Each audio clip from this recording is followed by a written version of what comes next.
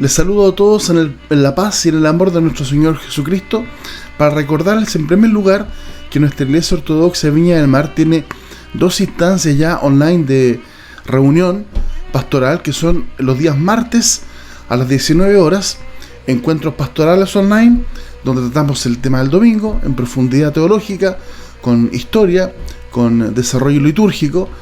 Son instancias de oración también, donde podemos encontrarnos como comunidad.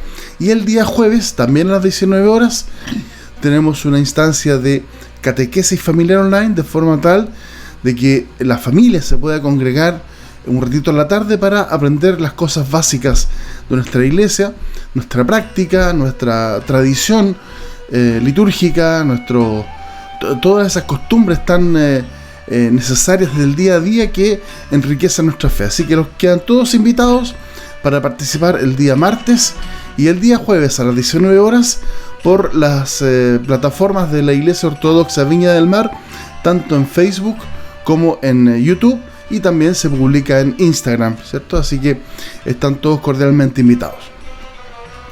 En el nombre del Padre, y del Hijo, y del Espíritu Santo, un solo Dios. Amén.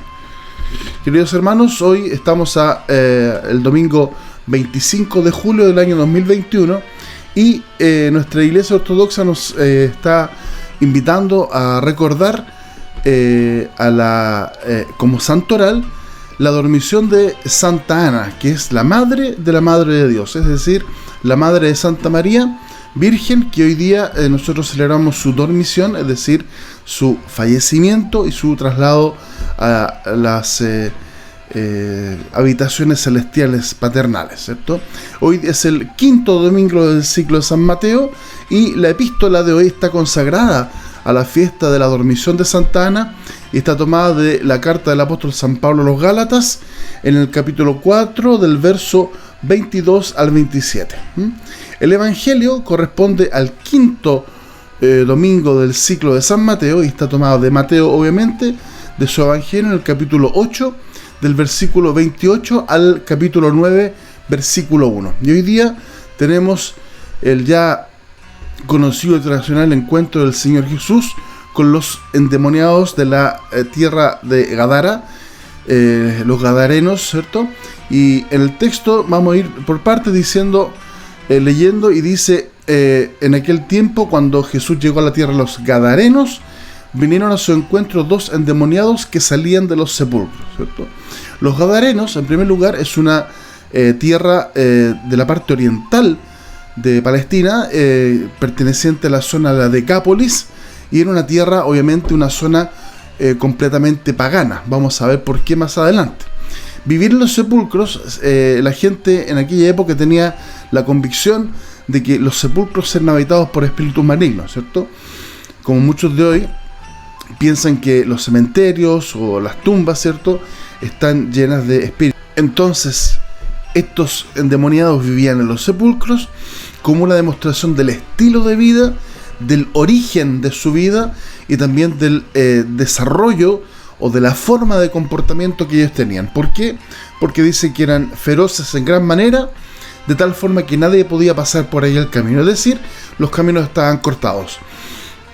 Si lo ponemos de un punto de vista evangélico, querigmático de la predicación, podemos entender de que la llegada de Jesús a ese lugar estaba impedida porque el camino estaba cortado. Entonces no había predicación o no había presencia del Evangelio de nuestro Señor en aquella zona, que es exactamente lo que nos sucede cuando nosotros cortamos nuestra relación con el Señor, nos aislamos, ¿cierto?, para vivir otro estilo de vida.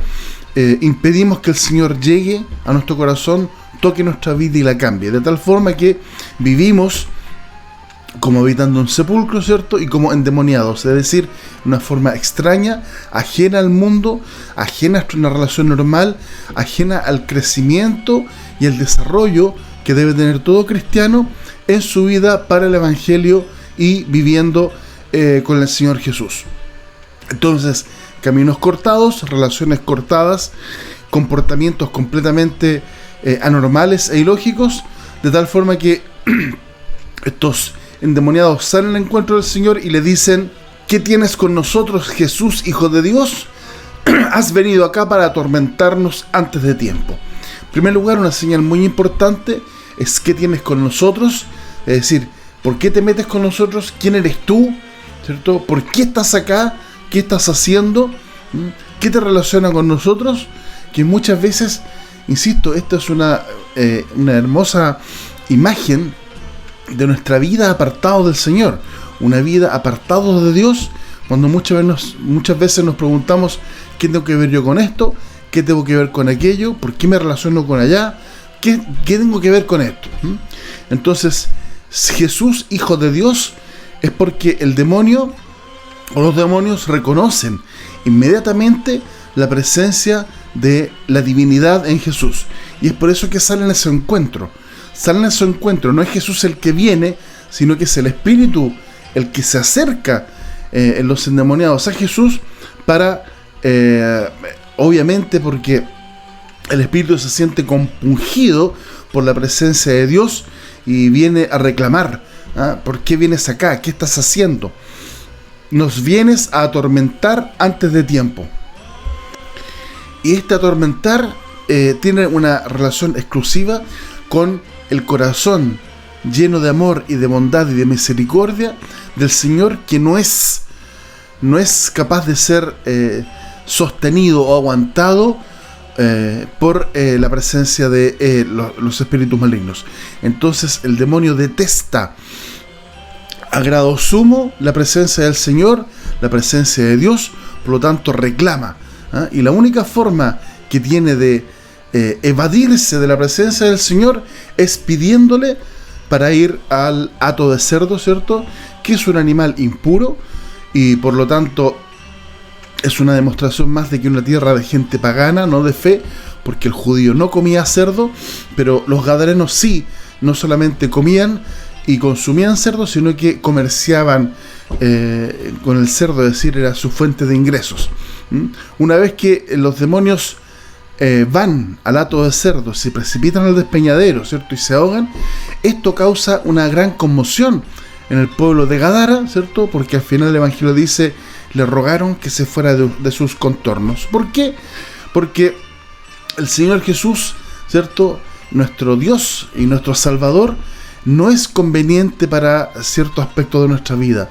No es conveniente cuando el Señor toca nuestra fibra de personas, y en el caso de los gadarenos cuando toca la fibra económica. Es decir, Jesús ha perjudicado económicamente a estas personas. Por lo tanto, la relación del Señor con los gadarenos era salvar a estos endemoniados que estaban poseídos, ¿cierto? Que se comportaban en forma extraña, ilógica, irracional, violenta, ¿cierto? Volverlos a la racionalidad y a la paz, de tal forma de que al entrar los demonios en los cerdos y lanzarse por el abismo, esto significa única y exclusivamente de que hay partes de nuestra vida humana, terrenal, que se ven perjudicadas por la presencia del Señor para llamarme al beneficio espiritual celestial. Entonces, ¿cuál es la forma de relacionarnos? ¿Cuál es la forma de enfrentar la vida con el Señor?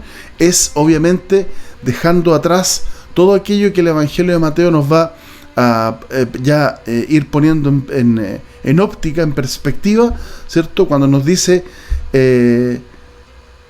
no miren qué vestirse, ni cómo ponerse, ni qué comer, ni qué beber, porque buscad primero el reino de Dios y todo esto os será dado por añadidura.